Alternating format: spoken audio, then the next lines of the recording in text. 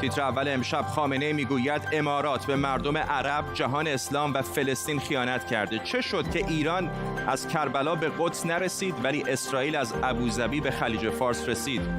وزارت کشور ایران گفته فراخوان‌های اعتراضی 3 برابر شده. آستانه تحمل نظام تا کجاست؟ و آن شکرستان مرا می‌کشد اندر شکر. کارزار دولت بریتانیا برای مقابله با دیابت. به تیتر اول خوش آمدید.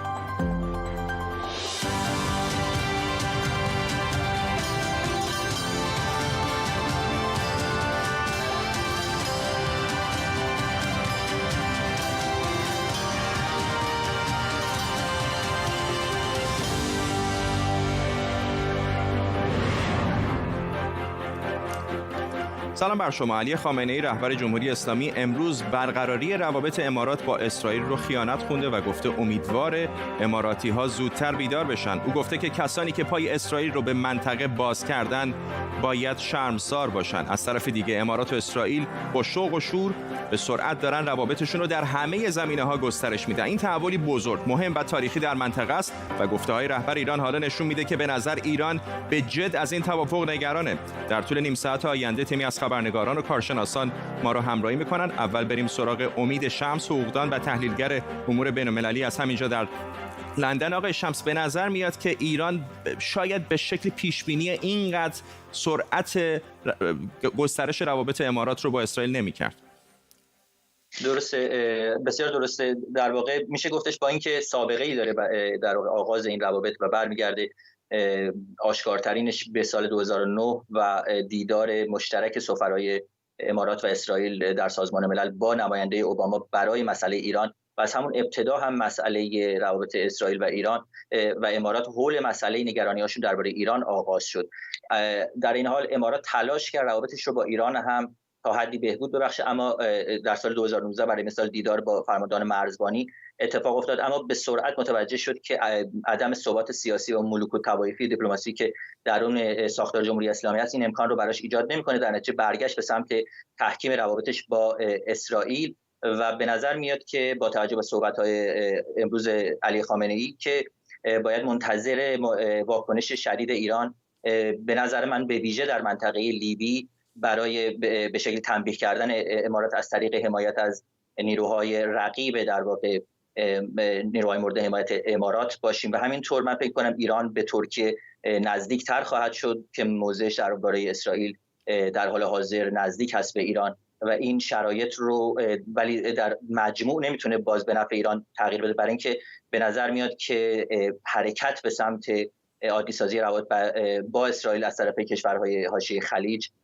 داره سرعت میگیره. ممنونم از شما. امید شمس، حقوقدان و تحلیلگر امور بین‌الملل از لندن با ما. پیش از ادامه برنامه تصاویر زنده دارم میبینم از بیروت. تصاویر جالبی هست. همطور که میبینید درگیری صورت گرفته به نظر بین نیروهای امنیتی و تظاهرکننده‌ها که از ساعتی پیش در نزدیکی میدان شهدا در مرکز بیروت تجمع کرده بودند. این تجمع حالا به نظر به خشونت کشیده شده. همونطور که در تصویر هم میبینید گاز اشک‌آور شلیک شده. این در حالیه که همین پیروز نخست وزیری جدیدی برای لبنان معرفی شد که البته هنوز به تایید کامل نرسیده، ولی به نظر نمیاد که این تغییرات در دولت لبنان هنوز معترضان رو راضی کرده باشه. ما تصاویر زنده رو داریم از بیروت می‌بینیم. این شرایط رو مانیتور خواهیم کرد به محضی که اطلاعات بیشتری از آنچه که در خیابان‌های مرکز بیروت در جریان هست به دستمون برسه. حتما شما رو هم در جریان قرار خواهیم داد. شاید هم بدونید که رئیس جمهوری فرانسه امانوئل مکرون هم همین حالا در بیروت هست. وزیر خارجه روسیه سرگئی لاوروف میگه کشورش آماده میانجیگری بین ایران و آمریکاست. لاوروف گفته مذاکره مستقیم از هر چیز دیگری بهتره. رجب سفروف مدیر مرکز مطالعات ایران معاصر در روسیه از مسکو با ما. آقای سفروف، به نظر شما چقدر این یک ژست دیپلماتیکه یا واقعا یک گزینه جدی هست؟ من فکر میکنم که این بیشتر ژست دیپلماتیک است، چون که مشتری اصلی این پیشنهاد امریکاست. امریکا الان برای مذاکرات با ایران نیاز داره و میخواهد که همچنین یک بنگی برنده از این در انتخابات پیش رو آقای ترامپ استفاده بکنن. واقعا از این میخواد استفاده نه درست بلکه خیلی بی‌ادبانه و خیلی غزیلانه استفاده بکنه و اون رو به جامعه جهانی وانمود بکنه که اسلام را و ایران را تسلیم کرده و به گردی میز مذاکرات کشونده. شرط و شرایط اصلی برای مذاکرات آماده نیست. ایران گفته که اگر که 4 شرط انجام بشه آماده است که مذاکرات رو با امریکا شروع بکنه. اولا باید امریکا برگرده به برجام، دوم باید تمام تحریم‌هایی که علیه ایران انجام شده اون رو برداره و تمام تحریم‌هایی که علیه جامعه جهانی در رابطه با ایران شده اونا رو هم برداره. سوم خسارات اقتصادی، مادی و معنوی که در این سالها برای ایران ایجاد کرده باید اون را بپردازه و صمیمانه از صمیم قلب باید عذرخواهی بکنه. بعد ایران فکر میکنه که بیاد برای مذاکرات یا خیر. الان مشتری اصلی این پیشنهاد امریکاست و حتما چون این در حالتی هست که اگر این را امریکا از روسیه خواهش کرده باشه پس روسیه خیلی داره ریسک میکنه که وارد این قضیه شده، چون که موضوعگیری ایران برای همه ما روشنه.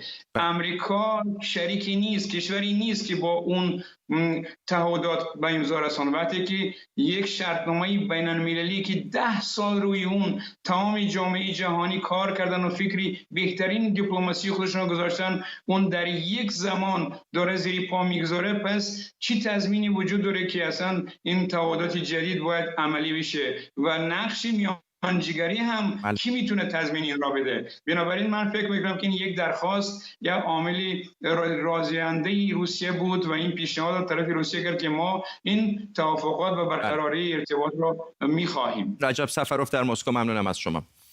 فراخوان‌های عمومی برای اعتراض در ایران 3 برابر شده. این رو نه اپوزیسیون جمهوری اسلامی که وزارت کشور میگه. وزارت کشور گفته در 5 ماه اول پارسال 519 مورد فراخوان اعتراضی بوده که این آمار در مدت مشابه امسال به 1702 مورد رسیده. اگر همین عدد رو ملاک قرار بدیم این یعنی رشدی حدود 227%. بذارید یه نگاهی بندازیم به روند رو به رشد اعتراضات در همین چند سال اخیر. اگر دیوار با ما همراهی بکنه، دور جدید اعتراضات از سال 1396 شروع شد و از اون زمان دست کم هر سال یک بار به صورت سراسری برپا شده. دی ماه 1396 تجمعی در اعتراض به گرانی در مشهد به جرقه‌ای برای یکی از گسترده‌ترین اعتراضات بعد از انقلاب تبدیل شد. نزدیک به 100 شهر ایران برای 10 روز صحنه درگیری نیروهای امنیتی با مردم بود.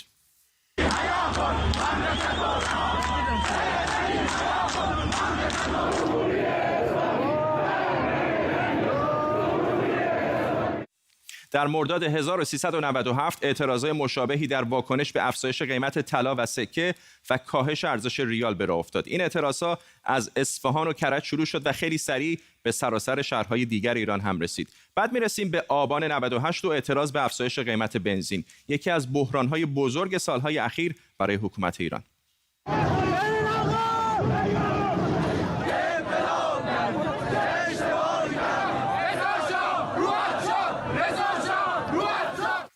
این اعتراضات با خشونت سرکوب شد و تا امروز هنوز آمار دقیقی از تعداد کشته‌ها منتشر نشده، هرچند رویترز گفته بود 1500 نفر کشته شدند. بسیاری از کارگران هم از ابتدای امسال اعتراضهای گسترده‌ای رو برپا کردند.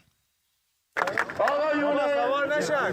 نیروی انتظامی و یگان ویژه، مگه ما چیکار کردیم که شما الان اسلحه روی ما گرفتید؟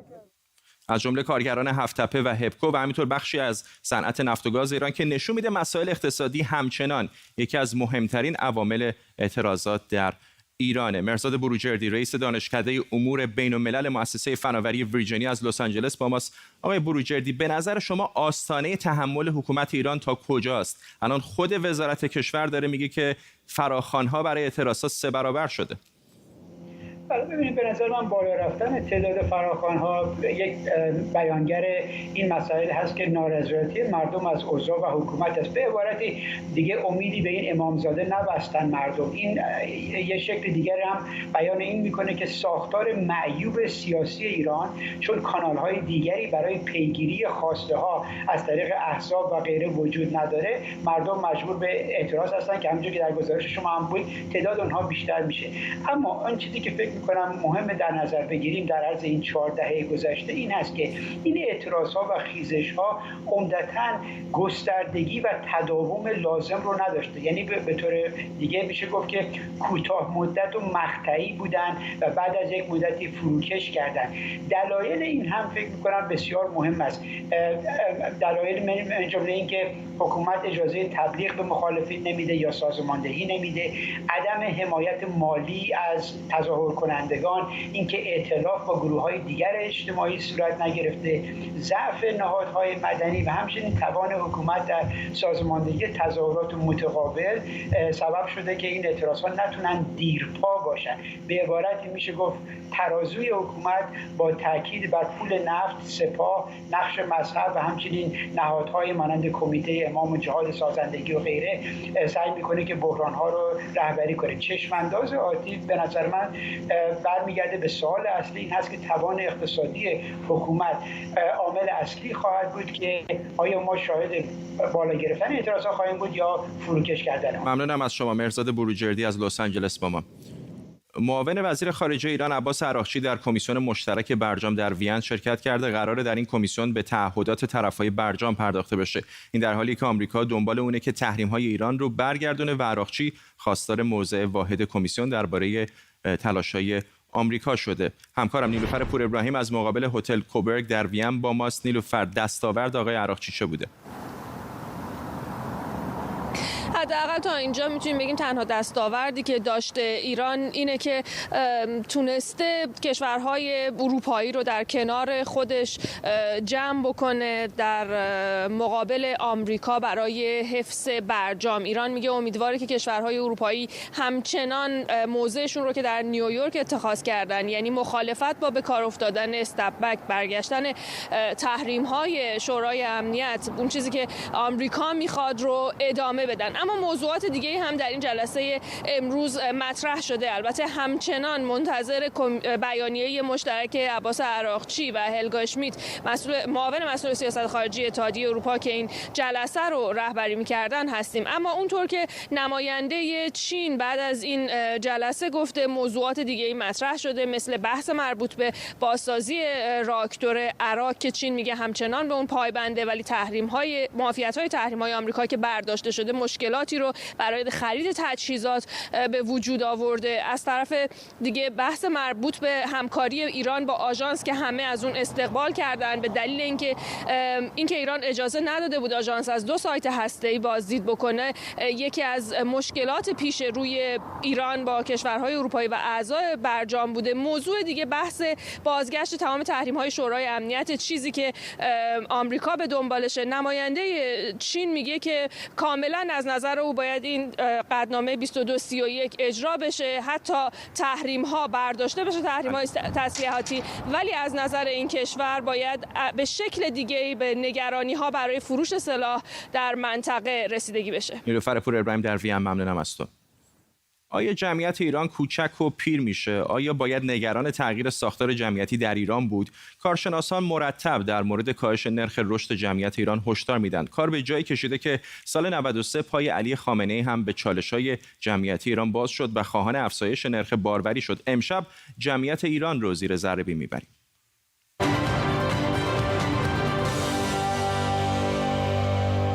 پارسال جانشین فرمانده سپاه گفته بود خانواده‌های بسیج و سپاه باید حداقل 5 فرزند داشته باشند. آقای فدوی اون موقع 13 نوه داشت و گفته بود که هدفش داشتن 25 نوه است. اما جدایی از شوخی‌هایی که با این قصه شد، خیلی ها از خودشون میپرسند جریان چیه؟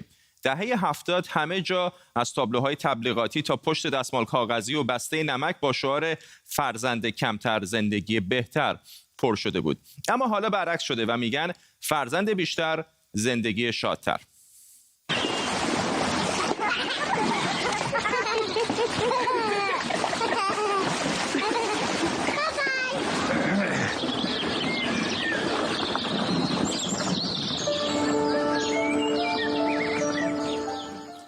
در واقع به این تبلیغات جدید میشه گفت تغییر سیاست‌های جمعیتی. این نمودار نرخ رشد جمعیت رو نشون میده. بالا و پایین شدن‌های این نمودار برای سیاستگزاران جامعه مهمه.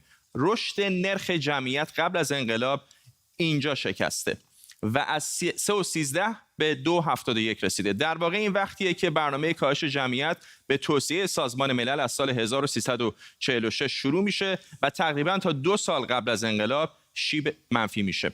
حوالی سال 55 شیب دوباره بالا میره. بعد انقلاب گفتن که این برنامه‌های کنترل جمعیت غربیه و سازمان تنظیم خانواده رو منحل کردن. نتیجه رشد بیشتر جمعیت تا اینکه نوک این قله به نزدیک 4% میرسه. سازمان تنظیم خانواده دوباره شکل میگیره و کارزار فرزند کمتر زندگی بهتر شروع میشه.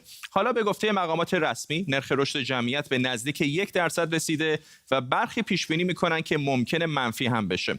اما آیا واقعاً جمعیت داره کاهش پیدا میکنه؟ اگر تعداد جمعیت یک کشور بخواد ثابت بمونه باید رشد جمعیتیش حدود 2.1% باشه، یعنی به اندازه نرخ جانشینی جمعیت. میانه این هرم شکم داده که ناشی از رشد جمعیت 3.9% در دهه 60 است. پایین هرم یعنی جمعیت زیر 25 سال داره باریکتر میشه و اگر این عامل رو با نرخ رشد 1.2% در نظر بگیریم یعنی جمعیت ایران رو به کاهش خواهد رفت در آینده. در ترسیم هرم جمعیت توزیع جمعیتی رو به بازه‌های 5 ساله تقسیم می‌کنند که تا بالای 100 سال هم ادامه داره. هرم به 3 دسته تقسیم میشه: جمعیت پایه تا 14 سالگی، جمعیت مولد یا فعال تا 65 سالگی و جمعیت غیر فعال بالای 65 سال. همونطور که می‌بینید میانه این هرم در ایران برجسته‌تر از جاهای دیگه است، یعنی 25 تا 40 ساله ها بیشترن. میانه این هرم بزرگتر از بقیه قسمت هست، یعنی جمعیت 15 تا 64 سال بیشتر از بقیه گروه های سنی است. این وضعیت یعنی جمعیت فعال از نظر اقتصادی و جمعیت مولد بیشتر سهمش نسبت به سایر گروه های سنی. این وضعیت فوق العاده مطلوبه. جمعیت شناسان بهش میگن پنجره طلای جمعیت. این وضعیت برای ایران از 1-2 دهه پیش شروع شده و تا 1-2 دهه دیگه این فرصت ادامه پیدا خواهد کرد. در واقع این از اون موارد استثنائیه که شکم بزرگتر بهتره، چون نشون دهنده بیشتر بودن جمعیت مولده. از اون طرف مشاور وزیر بهداشت گفته تا 20 سال آینده ایران از پیرترین کشورهای جهان میشه. میبینیم که شکم نمودار تو رفته و استوانه شکل شده. آیا این هرم نشون میده که جامعه داره پیرتر میشه؟ این وضعیت نشون دهنده کشوری است که جمعیتش رو به کهنسالی میره. معنی این حرف این نیست که همه جمعیت پیر میشن و دیگه از جوانها خبری نیست، بلکه معنیش این هستش که گروه‌های سنی مختلف نسبتشون و اندازه‌شون به هم دیگه نزدیک میشه و همین باعث میشه که هرم سنی جمعیت از حالت هرمی به شکل استوانه‌ای در بیاد و به این ترتیب میانه و میانگین سنی جمعیت افزایش پیدا کنه. فقط هم ایران نیست، جمعیت کل جهان رو به پیر شدنه. به لطف پیشرفت علم و اقتصاد ما کمتر مریض میشیم و دیرتر میمیریم. نرخ باروری در جهان الان حدود 2.5%، یعنی بالاتر از نرخ جانشینی که 2.1%. نرخ جانشینی یعنی هر زن باید تقریباً 2 فرزند بیاره که جمعیت ثابت بمونه. پیش بینی میشه که سال 2100 نرخ باروری به 1.9 برسه.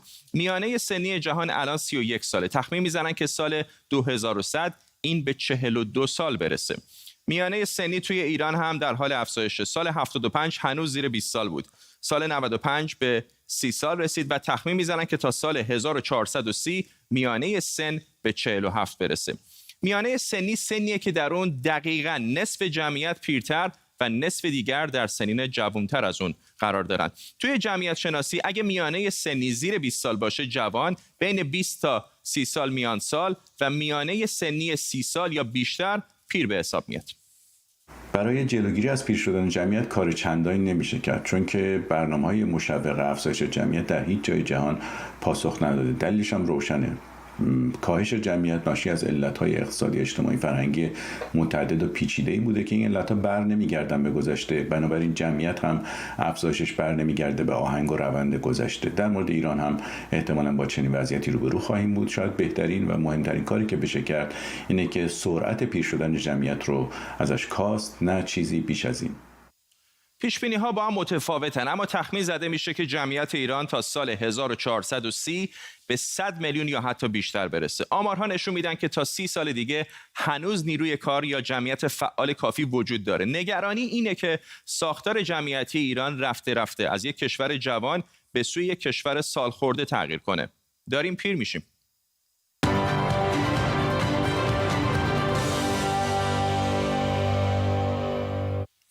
دولت بریتانیا کارزار گسترده‌ای رو علیه دیابت رو انداخته و هدفش رو روی افرادی قرار داده که دیابت نوع 2 دارن تا مانع از وخیم شدن بیماری اونا بشه.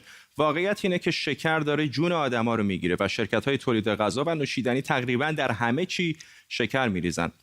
اگه این غذایی که اینجا هست رو ببینید باور نکردنیه. حتی در ماست اینقدر شکر وجود داره. نوشابه‌های گازدار که باور نکردنیه. ببینید چقدر شکر داره. شکلات که تقریبا همه میتونیم حدس بزنیم میزان زیادی داره و حتی برگر که فکر می‌کنیم نمک داره و شکر نداره، حتی تو اون هم می‌بینید که حجم قابل توجهی شکر هست. و این همه غذایی که ما داریم در روز مصرف می‌کنیم در غذای دیگر هم هست. ایرانی‌ها هم به خصوص همونطور که می‌دونید در غذاشون از هم کربوهیدرات و هم شکر بسیار استفاده می‌کنن. دکتر رضا آمرینیا مسئول ارشد تحقیقات پزشکی در دانشگاه تگزاس از هیوستون با ماست. آقای آمرینیا، به خصوص در غذای ایرانی‌ها هم کربوهیدرات زیاد هست هم شکر زیاد هست و بعد این غذاهای آماده که شرکت‌های مختلف درست می‌کنن، الان اینجا جلوی من حتی می‌بینیم در ماست هم شکر وجود داره.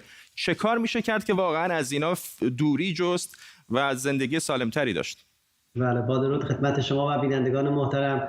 ببینید، اگر بخوایم راجع به این مسئله یک مقدار عمیق‌تر و به صورت در حقیقت ریشه‌یابی بخوایم بکنیم، بحث به نظر بنده بحث‌های اقتصادی پیش میاد. ما وقتی بین گروه‌های مواد غذایی مثل پروتئین‌ها، چربی‌ها و کربوهیدرات‌ها بخوایم مقایسه‌ای رو انجام بدیم، وقتی که وضعیت اقتصادی یک کشور به مشکل برمیخوره، خب مطمئناً با توجه به قیمت بالای پروتئین و سایر مواد غذایی این تقریباً شیفت میشه و سوق داده میشه به سمت استفاده از مواد کربوهیدرات، بالاخص شکر در مواد غذایی. و در حقیقت یکی از دلایلی که دولت بریتانیا و سایر دولت‌ها دارن این کار میکنن اینه که خب چاقی ناشی از مصرف شکر خب و ایجاد دیابت تیپ نوع 2 منجر به هزینه‌های اقتصادی بسیار سنگینی در آینده نه چندان دور برای کشورها خواهد بود. بنابراین اون چیزی که الان بسیار مهم هست بحث وضعیت اقتصادی هست و اگر شخص یا خانواده‌ها در حقیقت نمیتونن که کاری بکنن که این وضعیت اقتصادی به شکلی رو انجام بدن که در حقیقت کنترل بکنن مصرف عدم تعادل مواد غذایی رو، باید سعی بکنن که اینها تعادل مواد غذایی خودشون رو به خودشون در حقیقت بتونن رعایت بکنن تا اینکه از جلوی چاقی جلوگیری بشه. سپاسگزارم دکتر رضا آمرینیا از هیوستن تگزاس با ما. دونالد ترامپ رئیس جمهوری آمریکا به هدف پایان دادن به اعتراضات خشونت‌آمیز در شهر کنوشا ایالت ویسکانسین به این ایالت سفر کرده. سفر ترامپ با وجود مخالفت شهردار کنوشا و فرماندار ایالت ویسکانسین اتفاق میفته. اعتراضات علیه خشونت پلیس نسبت به سیاه‌پوستان از یک شنبه گذشته و بعد از زخمی شدن یک سیاه‌پوست توسط گلوله‌های پلیس از سر گرفته شده. تا به حال گفته شده 2 نفر هم کشته شدن. همکارم پریسا فرهادی از مرکز شهر کنوشا و مقابل ساختمان دادگستری شهر با ماست. پریسا، شرایط الان اونجا چطوره؟ بله فرداد، من الان همونطور که گفتی در مقابل ساختمان دادگستری کنوشا هستم. دیروز در این شهر دوباره مقررات منع رفت آمد اعلام شد و دیشب که ما و خبرگزاری دیگه اومدیم اینجا برای تهیه خبر، چند خبرگزاری مثل NBC اینجا حضور داشتن، اما پلیس 2 نفر رو که خودشون رو خبرنگار مستقل معرفی می‌کردن کنار کشیدن، وسایلشون رو گشتن و بهشون اخطار دادن که اینجا رو ترک بکنن. این سختگیری‌ها به دلیل سفر دونالد ترامپ به کنوشا بیشتر شده. امروز از صبح زود خبرگزاری‌ها و حامیان ترامپ همونطور که می‌بینید در پشت من در مقابل دادگستری جمع شدن. نیروهای نظامی و ضد شورش دور تا دور ساختمان دادگستری را احاطه کردند و رسانه‌ها و مردم شهر منتظرند تا سخنرانی و حرکت بعدی آقای ترامپ رو ببینن که چه است. علیرغم مخالفت‌های فرماندار ویسکانسین و شهردار کنوشا، دونالد ترامپ به اینجا اومد تا با گارد ملی و پلیس دیدار کنه. دونالد ترامپ گفت به گارد ملی قول داده که به ویسکانسین بیاد ازشون دیدار کنه و ازشون تشکر کنه و حتما این کارو میکنه. ترامپ گفت اگر گارد ملی به این شهر نمی اومد امروز شهر کنوشا وجود نداشت و در کنفرانس خبری روز دوشنبه در کاخ سفید از هوادارانش در درگیری‌ها و ناآرامی‌های اخیر در کنوشا و پورتلند تشکر کرد. از طرفی هم جو بایدن نامزد دموکرات‌ها دیروز گفته بود که قصد داره به ویسکانسین بیاد چون به نظر او معترضان به دنبال عدالتند و ترامپ از مدت‌ها پیش رهبری اخلاقی در کشور رو رها کرده. ترامپ هم در مقابل میگه جو بایدن رقیب او در انتخابات ریاست جمهوری فعالان چپ افراطی ولی متهم به اغتشاشات رو محکوم نکرده. در هر صورت جو بایدن در نظرسنجی‌ها از آقای ترامپ جلوتر هست، ولی وقتی در شهر میریم و با مردم صحبت میکنیم کاملا دو پارچگی و دو دستگی رو در این شهر میشه حس کرد. نیمی از مردم شهر طرفدار ترامپ هستن و خیلی استقبال کردن از سفر ترامپ و نیم دیگری از مردم شهر که بیشتر جوان‌ها هستن مخالف این سفر بودند و در این شرایط حساس فرماندار هم دلش نمیخواست که ترامپ به این شهر بیاد. در هر صورت الان تمام خبرگزاری‌ها اینجا جمعن تا ببینیم که امروز ترامپ در چه موردی صحبت خواهد کرد. ممنونم از تو پریسا فرهادی در کنوشای ویسکانسین با ما. یک از ایالت‌های مهمی که در انتخابات ریاست جمهوری آمریکا هم نقش بزرگی خواهد داشت. تصاویر زنده دوباره داریم از بیروت، جایی که اعتراضهای مردم به خشونت کشیده شده. نیروهای امنیتی با تعدادی از معترضان درگیر شدن، به سوی اونها گاز اشک‌آور پرتاب کردن. خبرگزاری رویترز گزارش داده که تعدادی از معترضان سعی کردند با عبور از موانعی که نیروهای امنیتی گذاشتن خودشون رو به نزدیکی پارلمان لبنان برسونن. شرایط بیروت رو مانیتور خواهیم کرد. به محضی که خبر جدیدی بیاد در بخش بعدی خبر شما رو در جریان قرار خواهیم داد. به این ترتیب میرسیم به پایان تیتر اول امشب. تا برنامه بعدی بدرود.